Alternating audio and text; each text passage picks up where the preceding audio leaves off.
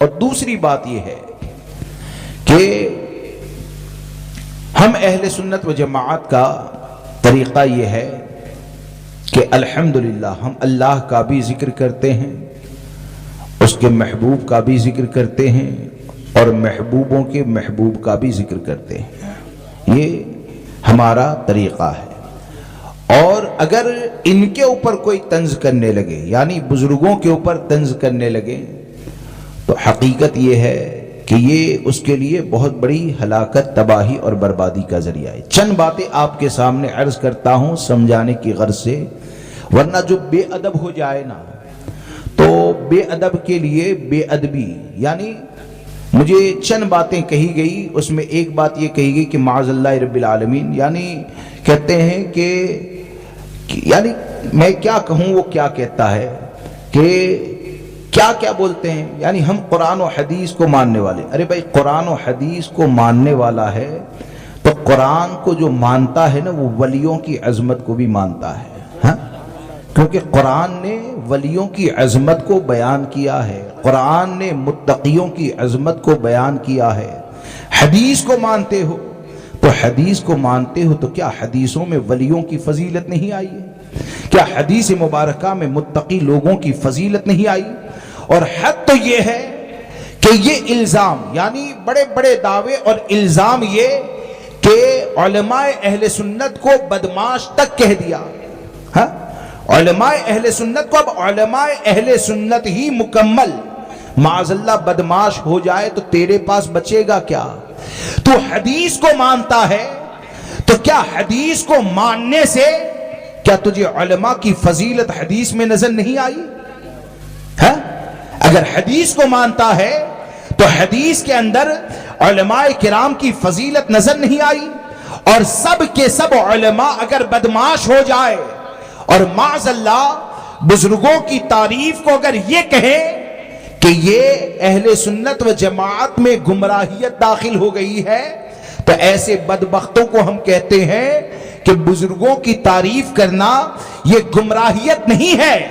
حقیقت یہ ہے کہ دعوے کے ساتھ، دلیل کے ساتھ اگر بات کرنا چاہے تو ہم یہ کہہ سکتے ہیں کہ بزرگوں کی محبت کو جو گمراہیت کہے تو یہ وہی کہتا ہے جو خود گمراہ ہوتا ہے۔ بزرگوں کی محبت کو جو گمراہیت کہتا ہے نا، تو جو گمراہیت کہے تو یہ گمراہ جو ہوتا ہے وہی بزرگوں کی محبت کو گمراہیت کہتا ہے۔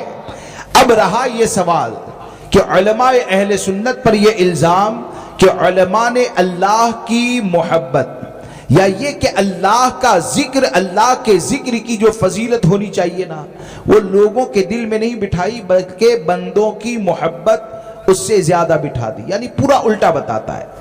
کوئی ایک دلیل سے وہ ثابت کر سکتا ہے کہ علماء نے کبھی ایسا کہا؟ کوئی ایک دلیل سے ثابت کر سکتا ہے کہ علماء نے کبھی ایسا کہا؟ ارے ہم کو تو یہ سمجھ میں آتا ہے کہ ہمارے یہاں جب بزرگوں کا ذکر ہوتا ہے تو بزرگوں کا ذکر سن کے بھی عوام اللہ کا ذکر کیا کرتی ہے۔ کیوں؟ کہ جس کو جو بھی فضیلت عطا فرمائی ہے وہ اللہ تبارک و تعالیٰ نے عطا فرمائی ہے۔ اب بزرگوں کا ذکر کیوں ہوتا ہے؟ شاید حضرت سے کچھ حسد ہو تو میں آپ کو ایک چیز کہوں کہ ہماری حضور تاج الشریعہ سے محبت کیوں ہے بھائی؟ حضور تاج الشریعہ سے ہماری محبت کیوں؟ اور حضور تاج الشریعہ کا نام سن کر یہ جو سبحان اللہ کی صدا آتی ہے نا، تو کیا تم بھول گئے کہ سبحان اللہ یہ تاج الشریعہ کا ذکر نہیں ہے، اللہ کا ذکر ہے؟ ہاں؟ غوث اعظم کا نام سن کر سبحان اللہ کی صدا آتی ہے نا، تو یہ غوث اعظم کا ذکر نہیں ہے بلکہ اللہ کا ذکر ہے۔ یعنی جب آدمی کے اوپر بدبختی سوار ہوتی ہے نا تو وہ کچھ بھی بولتا ہے۔ اب آپ دیکھیے کہ تاج الشریعہ سے ہماری محبت کی وجہ کیا ہے؟ تاج الشریعہ سے ہماری محبت کی وجہ کیا ہے؟ تو ظاہر سی بات ہے کہ تاج الشریعہ سے ہم محبت اس لیے کرتے ہیں کہ حضور تاج الشریعہ نے ہمیشہ ہم کو شریعت پر قائم رہنے کا درس دیا۔ تاج الشریعہ سے ہماری محبت اس لیے ہے کہ تاج الشریعہ نے اپنی زبان سے ہمارے عقیدے کی حفاظت فرمائی. تاج الشریعہ سے محبت اس لیے ہے کہ تاج الشریعہ اس منصب کا حق ادا کرنے والے ہیں کہ جس منصب کے حق کے حوالے سے ہمارے آقا نے فرمایا کہ جب فتنے ظاہر ہو، گمراہیاں پھیلنے لگے، اور ایسے وقت میں اگر عالم اپنے علم کو چھپاتا ہے تو اس پر اللہ کی لعنت، فرشتوں کی لعنت، تمام لوگوں کی لعنت. جب یہ حدیث پاک کو ہم سنتے ہیں اور اس کے بعد تاج الشریعہ کا دامن ہاتھ میں آیا تو ہم اس کو دیکھتے ہیں تو ہم کو یہ نظر آتا ہے کہ تاج الشریعہ یہ آقا کریم صلی اللہ تعالی علیہ وسلم کی بارگاہ سے ایک رہبر کو جو عہدہ دیا گیا. میرے تاج الشریعہ نے جب منہاجیت کا فتنہ اٹھانا تو علم کو چھپایا نہیں بلکہ علم کو ظاہر کر کے ہم کو منہاجیت کے فتنے سے بچایا. اس لیے تاج الشریعہ سن کر سبحان اللہ کی صدائے بلند ہوتی ہے. تاج الشریعہ کا ذکر سن کر سبحان اللہ کی صدائے کیوں بلند ہوتی ہے؟ آج کہا جاتا ہے کہ کیوں ایسا ہوتا ہے تو بات یہ ہے کہ جب تصویر کو جائز کہا جانے لگا ویڈیو کے نام پر، باقی چیزوں کے نام پر، تو ایسے وقت میں میرے تاج الشریعہ نے امام الانبیاء کی حدیث کو سنا کر ہم کو تصویر سے بچایا ہے. تو حضور کا پیغام ہم تک جب پہنچایا اور ایسے فتنے سے بچایا تو اس لیے ہم تاج الشریعہ سے محبت کرتے ہیں اور تاج الشریعہ کا نام سن کر سبحان اللہ کی صدائے بلند ہوتی ہے. اب اگر تم کو سمجھ میں نہیں آتا ہے تو ہم کیا کریں؟ اور تم نے تو اتنی بڑی جہالت، یعنی اس میں ایک جملہ لکھا ہے کہ پیروں کو چھوڑو. ہاں، یہ جو مطلق جملہ ہے تمہارا کہاں جائے گا؟ کیا غوث اعظم نے اپنے پیر کو چھوڑا؟ کیا سرکار غریب نواز رضی اللہ تبارک و تعالیٰ نے اپنے پیر کو چھوڑا؟ کیا امام اہل سنت سرکار سیدی اعلیٰ حضرت نے اپنے پیر کو چھوڑا؟ کیا مفتی اعظم ہند نے اپنے پیر کو چھوڑا؟ اور ان کا ذکر کرنے سے کچھ نہیں ملے گا، ان کا ذکر کرنے سے کچھ نہیں ملے گا. تو امام اہل سنت کو پڑھ کر تم نے سمجھا کیا؟ اے رضا یہ احمد نوری کا فیض نور ہے. اے رضا یہ احمد نوری کا فیض نور ہے. تم نے سمجھا کیا؟ مفتی اعظم کو بولے کہ مانتے ہیں تو تم نے سمجھا کیا؟ فقط نسبت کا جیسے بھی ہوں حقیقی نوری ہو جاؤں، جو مجھ کو دیکھے کہہ اٹھے میاں نوری میاں تم ہو. تو ان لوگوں نے ہم کو کیا بتایا؟ ان لوگوں نے ہم کو یہ بتایا کہ یہ جو بھی پیران عظام سے محبت کرنے والے ہیں تو پیران عظام یہ دنیا میں مال کو جمع کرنے کا ذریعہ نہیں ہوتے ہیں، محل کو بنانے کا ذریعہ نہیں ہوتے ہیں، بلکہ پیران عظام یہ اللہ رسول عز و جل و صلی اللہ تعالی علیہ وسلم کی بارگاہ سے قربت کا ذریعہ ہوتے ہیں. اور میرے تاج الشریعہ یہ رب کی بارگاہ کا قربت کا کیسا ذریعہ ہے؟ اگر نہیں جانتا ہے تو میرے ساتھ چل. ہزاروں زبانیں بولتی ہے لیکن وہ فائدہ نہیں ہوتا ہے، لیکن میرے تاج الشریعہ وہ ہے کہ ہم چہرے دکھا سکتے ہیں کہ تاج الشریعہ کو دیکھا کفر نکل جاتا ہے اور عشق مصطفیٰ دل میں پیدا ہو جاتا ہے.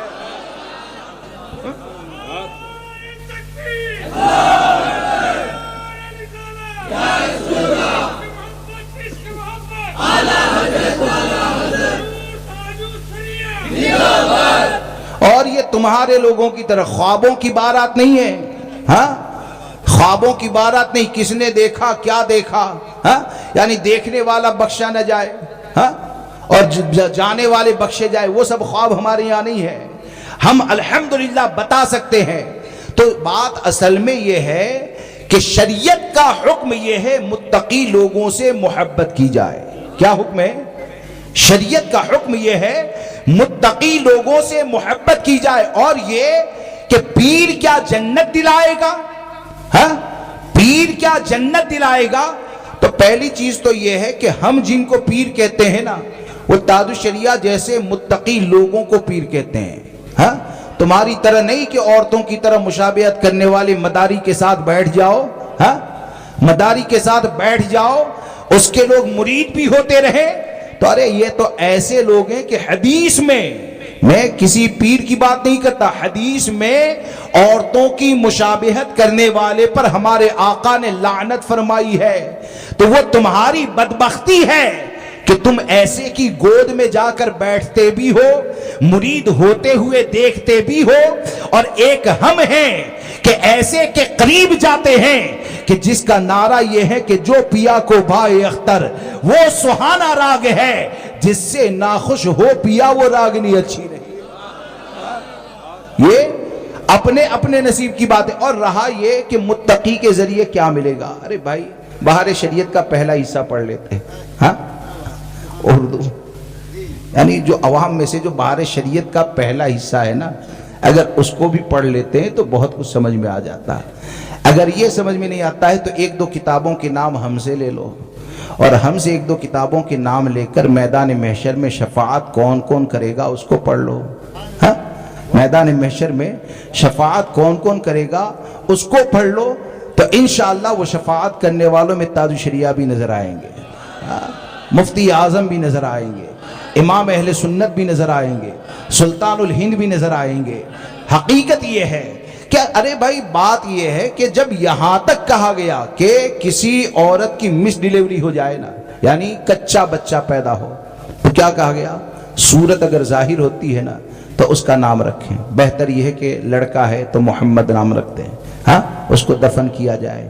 وہ کیا ہوگا پتہ ہے، یعنی جو مردہ بچہ پیدا ہوا، کچا بچہ پیدا ہوا نا، کل میدان محشر میں وہ اپنے ماں باپ کو کھینچ کر جنت میں لے جائے گا۔ ہاں تو کیا میرے تاج الشریعہ کی طاقت اتنی بھی نہیں مانی؟ ہاں کیا متقی لوگوں کی طاقت اتنی بھی نہیں مانی؟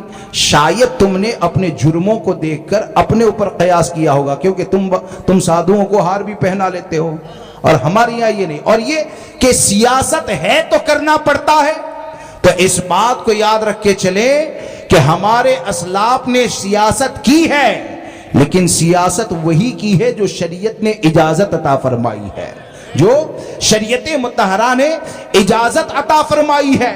اب تم اپنے جرموں کو دیکھو تو اپنے جرموں پر متقی کو کیوں قیاس کرتے ہو؟ کیونکہ یہ ہار پہنانے والے یا ایسے حرکتیں کرنے والے وہ تو ایسے ہوتے ہیں جو میدان محشر میں ایک دوسرے کے دشمن ہو جاتے ہیں، لیکن میرے تاج الشریعہ اپنے وقت کے اس متقی کو کہا جاتا ہے کہ جو تقوی کی اس بلندی پر فائز ہے کہ تاج الشریعہ ایک طرف کھڑے ہوں گے اور انشاءاللہ ہم جیسے گنہگاروں کو کھینچ کر جنت میں لے جائیں گے۔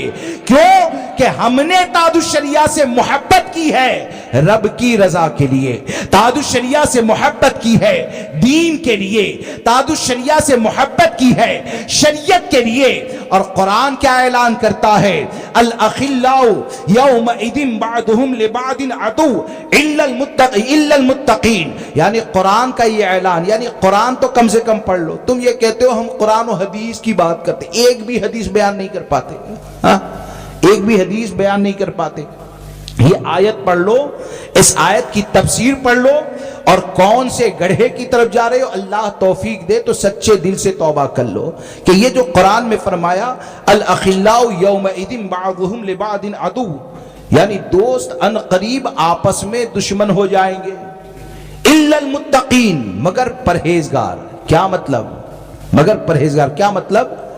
مفہوم خلاصہ یہ ہے کہ جن کی محبتیں گناہوں کی بنیاد پر ہوتی ہے نا، جن کی محبتیں گناہوں کی بنیاد پر ہوتی ہے وہ میدان محشر میں آپس میں دشمن ہو جائیں گے۔ اور ہم نے تاج الشریعہ سے محبت کی ہے ان کے تقوی کی بنیاد پر، ہم نے حضور تاج الشریعہ سے محبت کی ہے ان کے دین کی بنیاد پر، ہم نے اپنے بزرگوں سے غریب نواز سے محبت کی ہے ان کے تقوی کی بنیاد پر۔ تو الحمدللہ ہمارے سب بزرگ ایسے ہیں جو ہم کمزوروں کا ایسا سہارا ہے کہ ان کا صدقہ یہاں بھی کھاتے ہیں اور ان کے صدقے میں میدان محشر میں نجات بھی مل جائے گی۔ میری بات سمجھ میں آ رہی ہے؟ تو ایسے لوگوں سے بچیں، بلکہ یہ تو ایسے جملے کہنے لگے ہیں جیسے کہ کوئی بد مذہب نہ بولتا ہو۔ آج تک یہ زبان دیوبندیوں کی ہوا کرتی تھی، اور یہ کہ اس سے کیا ملے گا، ہاں اس سے کیا ملے گا؟ تو میں آپ کو ایک مثال بتاؤں، کہ بزرگوں کے ذکر سے کیا ملتا ہے. ایک مثال میں دیتا ہوں. یہ کرسی ہے. یہ کرسی جس نے بنائی, یہ کرسی کی تعریف کرو گے, تعریف کرسی کی, لیکن کرسی بنانے والا تعریف سن کر خوش ہوگا کہ ناراض ہوگا؟ ہاں, خوش ہوگا نا.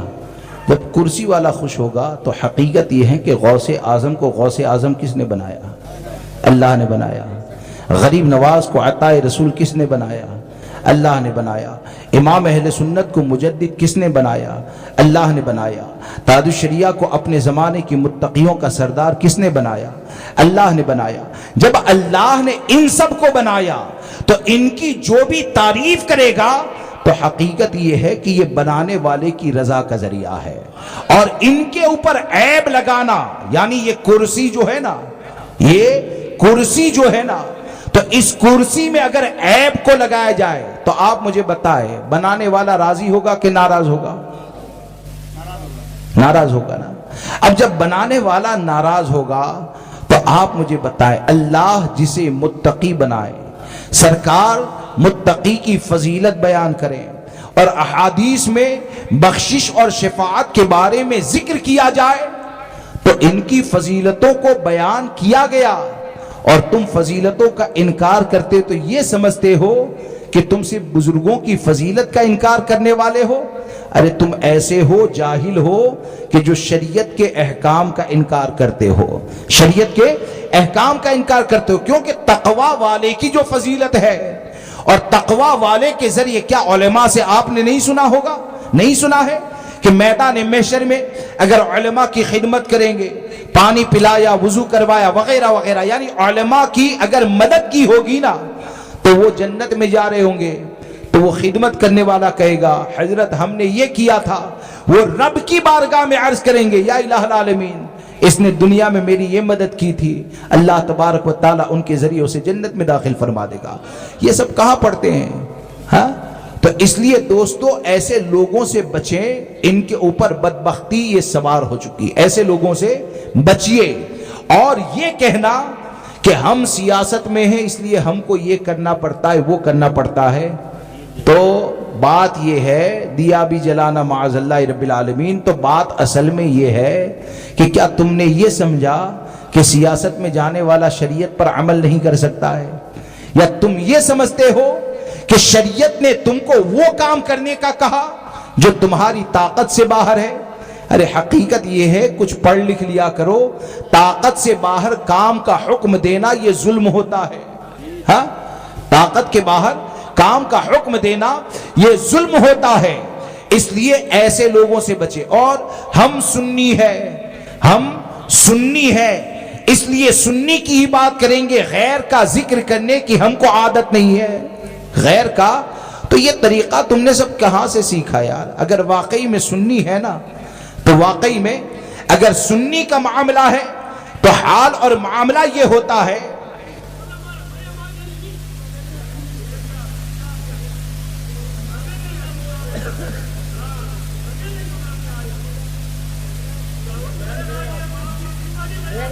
دو شریف پڑھ لیجیے. اللہم صلی علی سیدنا و مولانا محمد معدل الجود والکرم وآلہ و اصحابہ وبارک وسلم صلاۃ و سلام علیک یا رسول اللہ صلی اللہ تبارک و تعالی علیہ وسلم. اس لیے دوستو اس بات کو یاد رکھ کر چلیں کہ ہمارا کام یہ ہے کہ شرعی دلائل کے ذریعے اپنی باتوں کو بیان کریں, اور شرعی دلائل کو بیان کر دیا گیا, اس کے بعد کون کیا کہتا ہے, کس کی طرف سے گالی دی جاتی ہے, اس کا جواب دینا یہ ہمارا ذمہ نہیں ہے.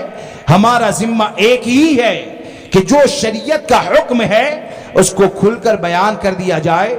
اس لیے سرکار سیدی اعلیٰ حضرت فاضل بریلوی رضی اللہ تبارک و تعالیٰ کے مسلک کے اوپر قائم رہیں, اور حضور تاج الشریعہ کے حوالے سے یہ 100% یقین سے جانے کہ حضور تاج الشریعہ وہ ہے کہ جن کی زبان نے ہم کو فتنوں سے بچایا ہے, جن کے کام نے ہم کو گمراہیت سے بچایا ہے. تو حقیقت میں انہی کے ساتھ لگے رہیں. انشاءاللہ عز و جل ان کی تعلیمات پر عمل کرنا یہ ہمارے اور آپ کے لیے بخشش و نجات کا ذریعہ ہے. اور ایک بات یاد رکھ کر چلیں, یہ پیچھے جو بحث